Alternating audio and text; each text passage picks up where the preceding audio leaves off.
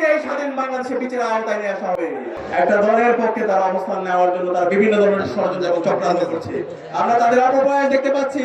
আমরা সাবধান করছি, যারা অবৈধভাবে একটা দলকে সুবিধা দেওয়ার চেষ্টা করছেন, যে আইন শৃঙ্খলা বাহিনী এবং যে সমস্ত কর্মকর্তারা এই কাজগুলো করছেন, আমরা সবকিছু ডকুমেন্টেশন করছি। প্রত্যেকে স্বাধীন বাংলাদেশে বিচারের আওতায় নিয়ে আসা হবে।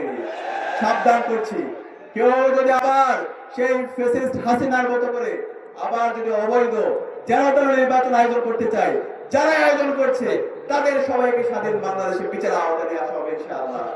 সে কারণে আমাদেরকে সজাগ থাকতে হবে, তরুণদেরকে সজাগ থাকতে হবে। আমরা কি পারবো ইনশাআল্লাহ?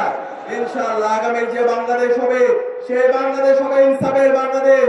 আগামীর যে বিপ্লব হবে, সেই বিপ্লব হবে ইসলামের বিপ্লব ইনশাআল্লাহ। এবং সেই বাংলাদেশ নির্মাণ করার জন্য এই বাউফলের মাটি ও মানুষের নেতা ডক্টর শফিকুল ইসলাম মাসুদকে কি আমরা ব্যাপক ব্যবধানে বিজয় করতে পারবো ইনশাআল্লাহ।